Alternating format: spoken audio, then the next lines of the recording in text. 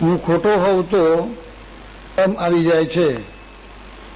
તો આધ્યાત્મિક સાધનામાં અને ગતિમાં, આધ્યાત્મિક સાધનમાં અને ગતિમાં આનું મહત્વ કેટલું છે? આપણે કોઈ કાર્ય કરો, સ્ક્રીન આગળથી પસાર નહીં થઈએ. આધ્યાત્મિક સાધના જ આ જ સાધના છે. મહત્વની વાત તો પછી છે, પણ આધ્યાત્મિક સાધનામાં કરવાનું આ છે. આપણી સાધના શું છે? ગુણાતીતાનંદ સ્વામીએ કહ્યું કે આપણો જન્મ બે વાત સિદ્ધ કરવા માટે થયો છે. એક અક્ષર રૂપ થવું અને બીજું પુરુષોત્તમમાં જોડાવું. આના માટે આપણો જન્મ છે. ભલે ગમે તે પ્રવૃત્તિ કરતા હોઈએ. અમે ત્યાગાશ્રમમાં છીએ અને તમે ગૃહસ્થ આશ્રમમાં છો. ત્યાગાશ્રમની અંદર અમારા બધા જુદા જુદા સેવાઓ, બધી જુદી જુદી પ્રવૃત્તિ કરે છે. તમે ગૃહસ્થ આશ્રમમાં કોઈ ડોક્ટર છે ને કોઈ વકીલ છે ને કોઈ શિક્ષક છે ને કોઈ ખેડૂત છે ને ઘણું બધું છે. એની અંદર પાછા આપણે સત્સંગની રીતે કોઈ નિર્દેશક છે ને મંડળ સંચાલક છે ને ગમે તે બધું કરીને આ કરવાનું છે. હવે અક્ષરરૂપ થવું એટલે શું? તો અક્ષરરૂપ થવું એટલે નિર્વાસનિક થવું, નિર્વ્યસની થવું, વેમ રહિત થવું, વિકાર રહિત થવું. આ એની પાયાની બાબત છે. હવે મારા વ્યસન કાઢવા હોય તો મને વ્યસન ખબર હોવી જોઈએ ને. તો આપણા દોષ આપણને ખબર હોવા જોઈએ.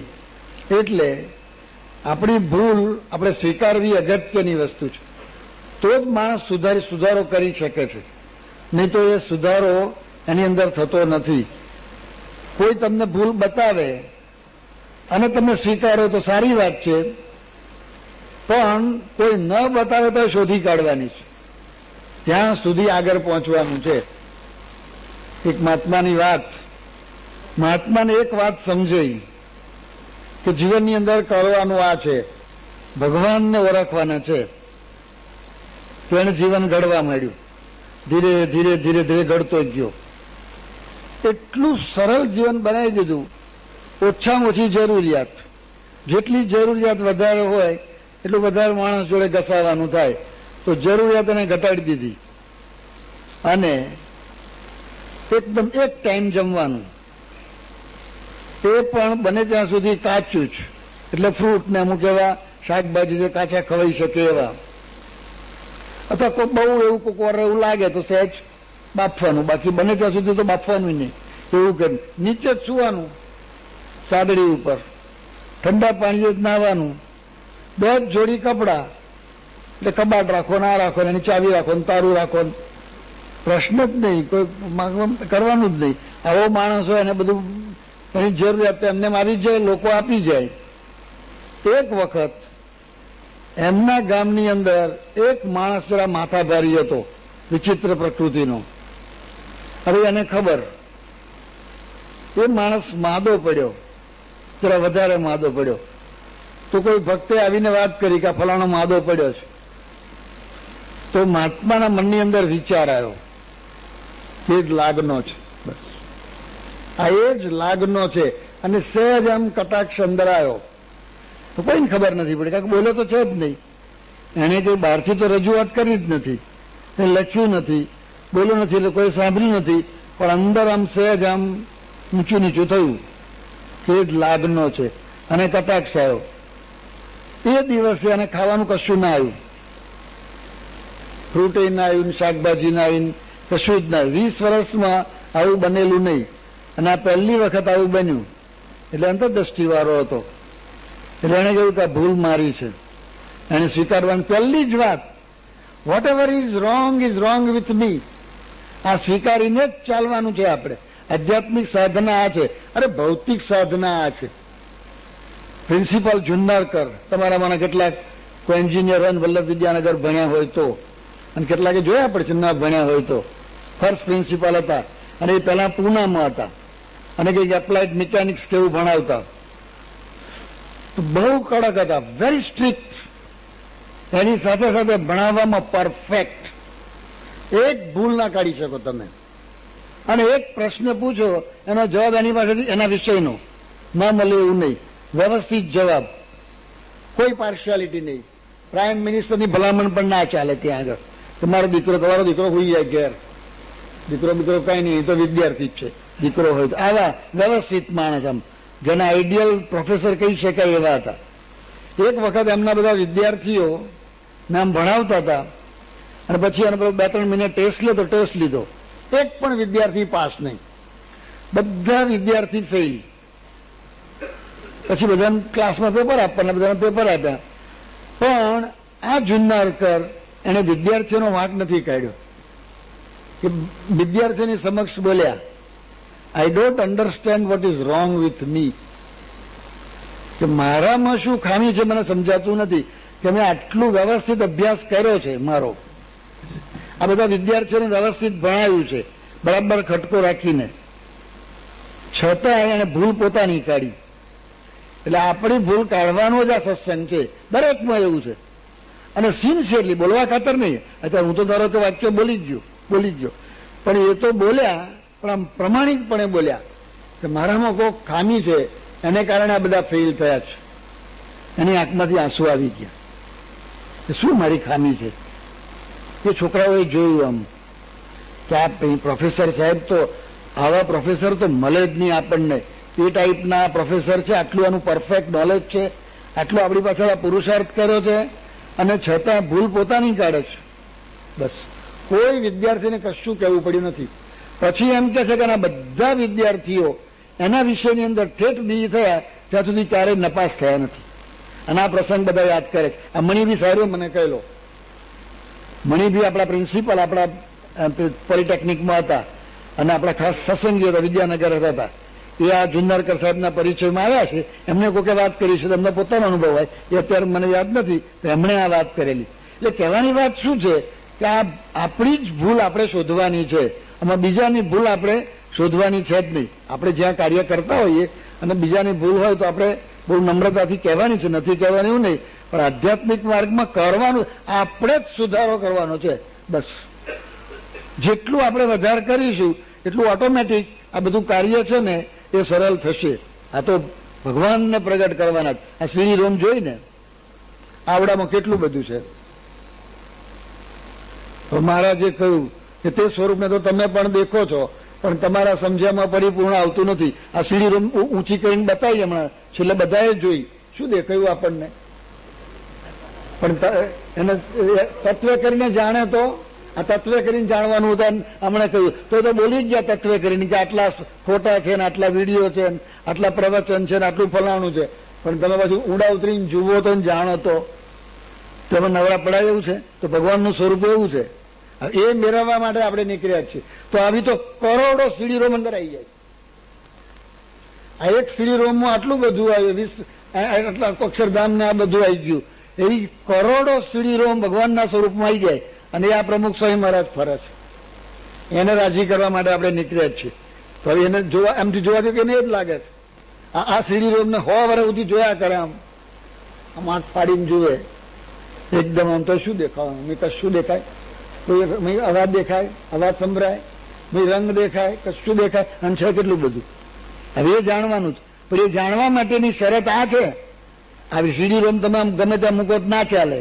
તમે કહો તાજમહેલ હોટલમાં, હોટલની જરૂર નથી, તમારે કે પેલું જોઈએ, કોમ્પ્યુટર જોઈએ. તો આ કોમ્પ્યુટર તૈયાર કરવાનું છે. આપણું કોમ્પ્યુટર છે, પણ થોડું આગુ બાજુ થયું છે, એટલે એને તૈયાર કરવાનું છે. એમાં તૈયાર કરવામાં પહેલી જ શરત આ છે, know the self, improve the self. તમે તમારી જાતને જાણો, હું મારી જાતને જાણું. કે તમે કોણ છો? કે હું ચિત્તરંજનભાઈ. વોટ ચિત્તરંજનભાઈ? કોણ ચિત્તરંજન? પ્રશ્ન પૂછો. આ પેરણ, આ ચશ્મા, તો સુવા જતો ચશ્મા કાઢી નાખશો, પેરણ કાઢી નાઇટ ડ્રેસ પહેરશો. કોણ ચિત્તરંજનભાઈ? તો હાથ ચિત્તરંજનભાઈ, તો હાથ કપાઈ ગયેલા કેટલાક માણસો છે, તો ચિત્તરંજન ઉભો છે. પગ કપાઈ ગયેલા કેટલાક છે, તો હું આત્મા છું. એ જાણવાનું. હવે જાણવાનું એટલે બોલવાનું થોડું છે.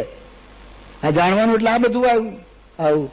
અને ઇમ્પ્રુવ કરતા જવાનું છે. એટલે આ લાઈન છે. હવે કરવા માટે બેઝિક વાત, મોસ્ટ ફંડામેન્ટલ વાત એ છે કે મારે મારી ખામી શોધવાની, મારે મારી જાતને સુધારવાની. હવે કોક કહેતો હોય સુધારવાની. તમે દુકાન લઈને બેઠા હો અને તમારે તમારી ધાર્મિક માન્યતા છે કે તમે હિન્દુ છો, એમાં તમે સ્વામિનારાયણના છો, એમાં અક્ષય પુરુષોત્તમના છો, અને એમાં પ્રમુખ સ્વામીના છો, એટલે પ્યોર વેજીટેરિયન છો, કાર્યકર પાછા છો, એટલે એકદમ વધારે આમ બહુ આહાર શુદ્ધિના વ્યવસ્થિત વાળા છો. અને તમારી દુકાન પેલી હમણાં ખોલી તમે રાજુલામાં, અને કોઈક મુસલમાન હોય, અને દારૂડીઓ હોય, અને માંસ ખાતો હોય, અને બધું હોય, પણ તમને એને સમાચાર આપે કે તમારી દુકાનની અંદર ચોર બેઠા છે, તો તમે ના સ્વીકારો? દારૂડી ફળ નહીં માનવું, પણ દારૂડી પણ તમને જે કહે છે એ હકીકત છે, તો તમારે તમે સ્વીકારીને જાઓ છો. તે વખત તમે વિચાર નથી કરતા. એટલે કોઈ પણ તમને ભૂલ કહેતો હોય પણ તમારા લાભમાં થતી હોય તો સ્વીકારવાની જ છે આપણે. તો પછી ભારે ન પડવું જોઈએ. એ અઘરું લાગે છે એનું કારણ કે આપણને આ વાતનો ખપ નથી. અથા તો બ્રહ્મ જિજ્ઞાસા, આ સૂત્રનું પહેલું જ સૂત્ર આ મૂક્યું. જિજ્ઞાસામાં ખામી છે. આપણને હજુ આ ભગવાનની જિજ્ઞાસા જાગી નથી. એ જગાડવાની છે. એ જાગે તો આ બધું થાય. જેને જેને જિજ્ઞાસા જાગી છે એને બહારનો વિચાર કર્યો જ નથી. પોતાનો જ વિચાર, પોતાની જ ભૂલ પોતે જ શોધે, તો પછી કોઈ કઈ કે તો સ્વીકારવા એને વાંધો ના આવે. પણ થોડું આ અઘરું પડે. એટલે મૂળ દેહ ભાવ છે, ખપની ખામી છે, પણ એ જ જગાડવાનું છે ને આપણે. એ જ આપણે દરેકે આ જગાડવાનું છે. એટલે આધ્યાત્મિક સાધનામાં પોતાની ભૂલ કોઈ કહે તો સ્વીકારવી, કોઈ કહે ન કહે તો શોધી કાઢવી, શોધતા જ જવું, શોધતા જ જવું, શોધતા જ જવું. ઊંડા ઉતરીને સંપૂર્ણ આપણે આ શુદ્ધિકરણ કરવાનું છે.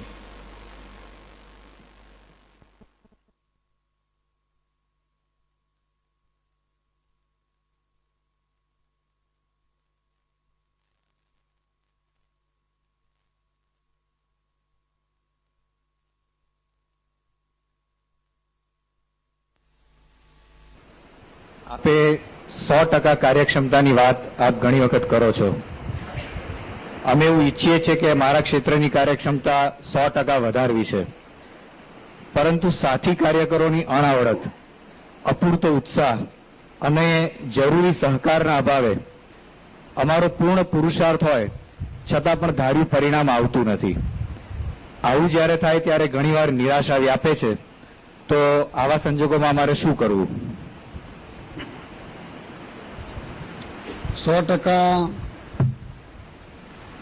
ઈચ્છા રહે છે એ પૂરતું નથી, પણ 100% લાવવું છે એ દ્રઢતા, એ બહુ અગત્યની. ઈચ્છાઓ ઘણી આપણને થતી હોય છે, આમ કરું, આવું થાય તો સારું, પણ આ કરવું જ છે એવી અંદર એક દ્રઢતા થાય ને, એ બહુ અગત્યનું છે. હવે કોઈ પણ કામ કરવું હોય તો કોઈ એકલા માણસથી તો પૂરું થવાનું નથી. એ પણ એક 100% પાછી સાચી બાબત છે. બધાનો સહકાર જોઈશે, ઘણા બધાનો સહકાર જોઈશે. હમણાં સ્વામીજીનું ઓપરેશન થયું, મેઇન સર્જન તો ડોક્ટર સુબ્રમણ્યમ હતા, પણ ત્યાં આગળ હોસ્પિટલમાં પેલો કેસ પેપર કાઢનારો હોય અથવા વોચમેન હોય ને, એ પણ અગત્યનો છે એની અંદર. એ માણસનો પણ સહકાર જોઈએ આ બધું આ કામ કરવા માટે. એટલે નાનામાં નાના માણસના સહકારની પણ જરૂરિયાત પડે જ છે. આપણે એ પણ એની સાથે આપણે દરેકે સ્વીકારવું પડે. હવે એમાં કહ્યું કે એને અપૂરતું જ્ઞાન છે, અથવા તો બીજું શું કહ્યું, અનાવડત છે એને. એટલે હવે એ માણસોને એક તો અનાવડત હોય, એને જે કામ તમે સોંપ્યું તો એ સોંપતી પહેલા વિચાર હોવો જોઈએ આપણને. જો આપણે સોંપ્યું હોય તો ઘણી વાર તમે સોંપેલું નથી હોતું, બીજાએ સોંપેલું હોય, કારણ કે આપણે ત્યાં એવું નથી ને. તમારે બધું સિલેક્ટ કરવાનું નથી હોતું, બીજેથી પણ સિલેક્ટ થઈને આવેલું હોય છે. તો પછી એ જુદી બાબત છે. પણ તમારે જો સોંપવાનું હોય તો તમારે વિચાર હોવો જોઈએ. તમે કોકને કહો કે તમારે આ હાર્મોનિયમ વગાડવાનું છે, તો તમને ખ્યાલ હોવો જોઈએ કે ભાઈ 4 જણ હાર્મોનિયમ વગાડવા વાળા હતા, પણ એમાંથી સિલેક્શન, ભલે તમે હાર્મોનિયમ નથી વગાડી શકતા, પણ તમને ખ્યાલ હોવો જોઈએ કે આ માણસ સારું વગાડે. એ સિલેક્શનમાં તમે ભૂલ કરી હોય તો ગોટાળો થાય. એટલે એ પણ ખ્યાલ રાખવો પડે જ્યારે તમારે સોંપવાનું છે ત્યારે.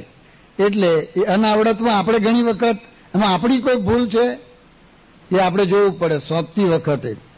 હવે છતાંય ધારો કે તમારા સંજોગો જ એવા છે, બીજો કોઈ છે જ નહીં, તો પછી આપણે શું કરવું? કાર્ય બરાબર. તો અમુક વસ્તુ સવારે જે વાત કરી હતી સંતોએ કે અમુક વસ્તુઓ સ્વીકારી લેવી પડે છે. આજે ને આજે કંઈ 100% કામ ધારવાનું નક્કી કર્યું કે આપણે સભા 100% કરવી છે, પણ આજે પહેલી જ સભા 100% થઈ એવું નહીં બને, એવું શક્ય નથી. પણ તમારા મનમાં હોય તો એમાંથી એક સ્ટેપ લેવું અને એક થોડોક સુધારો કરવો એટલે 100%ની નજીક ગયા. પછી વળી બીજા સ્ટેપમાં બીજું થશે. એટલે થોડે એ બધા સુધારા થાય છે. એટલે એની અનાવડત હોય તો એ સુધારતા જવાનું, એ ખ્યાલ આપણે રાખવાનો છે.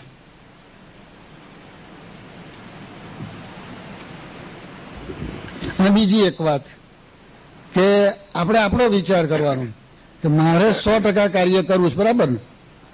ધારો કે મારે એક સભા 100% કરવી છે, તો મારે એ સભા 100% કરવા માટે મારે બધી ક્રિયા 100% મારી કરવી પડશે. મારું નાવાનું એ 100% જોઈશે.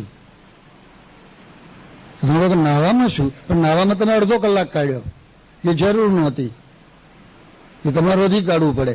તો તમે અડધો કલાક નથી કાઢ્યો, 5 કલાક કાઢ્યો છે, પણ તેથી તમારું 100% થયું કે ના? તો બરાબર, સમયસર નયા છો, બધું તમે કર્યું છે. પણ શ્રીજી મહારાજે કહ્યું છે 100%માં કે નાતા અને ધોતા, હાલતા અને ચાલતા, શુભ અને અશુભ સર્વ ક્રિયાને વિશે ભગવાનના સ્વરૂપમાં વૃત્તિ રાખવી. તો સ્વામિનારાયણ ભગવાનનો 100% આદેશ મેં નથી પાડ્યો, તો મારો કાર્યકર્તા કઈ રીતે પાડે? હું સ્વામિનારાયણ ભગવાનનો આદેશ નથી પાડતો ને. આ સ્વામિનારાયણ ભગવાનનો આદેશ છે ને. ના ખ્યાલ હોય તો જુદી બાબત છે, તો એ ખ્યાલ રાખવાનો, શોધી કાઢવાનું આપણે. પણ એ તો હું મારી ક્રિયા પણ હું 100% નથી કરતો. હું 100% પૂજા કરું છું, હું 100% આરતી કરું છું, હું 100% કથા કરું છું, હું 100% સેવા, એટલે હું નથી કરતો તો એ પણ નહીં કરતો હોય. એટલે થોડુંક તમને ઓટોમેટિક જ એના તરફ જરા આમ વર્તવાની જે આખી જે પદ્ધતિ છે ને એમાં થોડી આમ નરમાશ આવી જશે, નહીં તો કડક થઈ જાય. ભાન પડે છે કે નહીં? પણ આપણામાં ભાન નથી પડતું આપણને. આપણે જાણીએ જ છે કેટલી નાની નાની કે તમે અસંખ્ય ભૂલો રોજ આપણી થતી હોય છે. જો વિચાર કરીએ તો ખબર પડે. આપણે 100%, અરે મારે દવા લેવાની હોય છે, હવે મને ખબર છે કે દવા છે, ગૌમુખીમાં દવા, તો ભૂલી જવાય. એટલે આખો દિવસ જતો રહે ઘણી વાર. હા જે યાદ બીજે દિવસ યાદ આવવાનો કશો અર્થ નથી. કેટલું બધું પર્ટિક્યુલર રહેવું પડતું. હવે દવા લેવાની છે, ખબર છે આપણને, જાણીએ છીએ કે દવાની જરૂરત છે, પછી ખિસ્સામાં રાખી છે, એવું નથી કે બીજે ત્યાં રાખી છે, આપણને ખબર છે કે ભૂલી જવાના છે, તો એ ભૂલી જવાય છે. કેટલો બધો ખટકો આની અંદર રાખવો પડે છે. નાની નાની વસ્તુ. મારી યજ્ઞપ્રિય સ્વામી છે ને, એને કંઈક તકલીફ છે, પાણી પીવાનું છે. તેમની એકવાર ઓફિસમાં ગયો હતો ને, તો ત્યાં મોટા અક્ષરથી લખેલું પાણી. મેં કહ્યું કેમ આ લખ્યું છે? કે મારે પાણી વારંવાર પીવાનું હોય છે, પણ હું ભૂલી જાઉં છું. ભૂલી જવાય એવું છે? પાણી પીવાનું ભૂલી જવાય તો પછી ભજન તો ભૂલી જ જવાય. તો આપણે જેમ પાણી પીવાનું જરૂરિયાત છે ને ભૂલી જઈએ છે, તો પેલો ભૂલી જાય. એટલે આ બધી તકલીફ વાળું કામકાજ છે. મને કહ્યું છે કે તમારે જોરથી ના બોલવું, મને અવાજમાં કહ્યું છે, એટલે સ્પેશિયલ સૂચના. અને મને બધા ડોક્ટરોએ કહ્યું છે, જેટલા ENT બધાએ કહ્યું કે તમારે આની અંદર ધ્યાન રાખવું. પાછું મને ખબર છે, મને બી એનું વિજ્ઞાન બધું પૂરું ખબર નથી, પણ થોડુંક વિજ્ઞાન ખબર છે. અને મેં ઓછામાંથી 50 વખત પ્રાર્થના કરી છે કે જોરથી બહુ ના બોલાય, પણ તોય બોલાય છે. હવે આમ શું કરવું? એટલે ઘણી વાર પેલી એવી ટેવ પડી ગઈ ને એટલે નીકળતી જ નથી. એટલે જેમ આપણું આવું છે એમ પેલાને નહીં નીકળતું હોય. એટલે થોડુંક જરા ટોલરન્સ હવે સુધારવાનું, પણ બીજાને સુધારવાનું, પછી આપણે આપણું સુધારવાનું છે. એટલે 100%નો આગ્રહ તો રાખવો જ, પણ મનમાં એવું રાખીને બહુ આમ તરત 100%નું ના રાખવું. આજે ને આજે કોઈ સ્વામિનારાયણ ભગવાન પધાર્યા ને તોય પ્રોબ્લેમ થાય ભાઈઓ. સાક્ષાત પૂર્ણ પુરુષોત્તમ નારાયણ હતા, અને તો એ ફૈબા એના વ્યવસ્થિત સત્સંગી હતા, અને તો એ 100% ના સુધર્યા. લ્યો 100% શું, ટકોય ના સુધર્યો. એને કહ્યું હું તમારી આજ્ઞા નહીં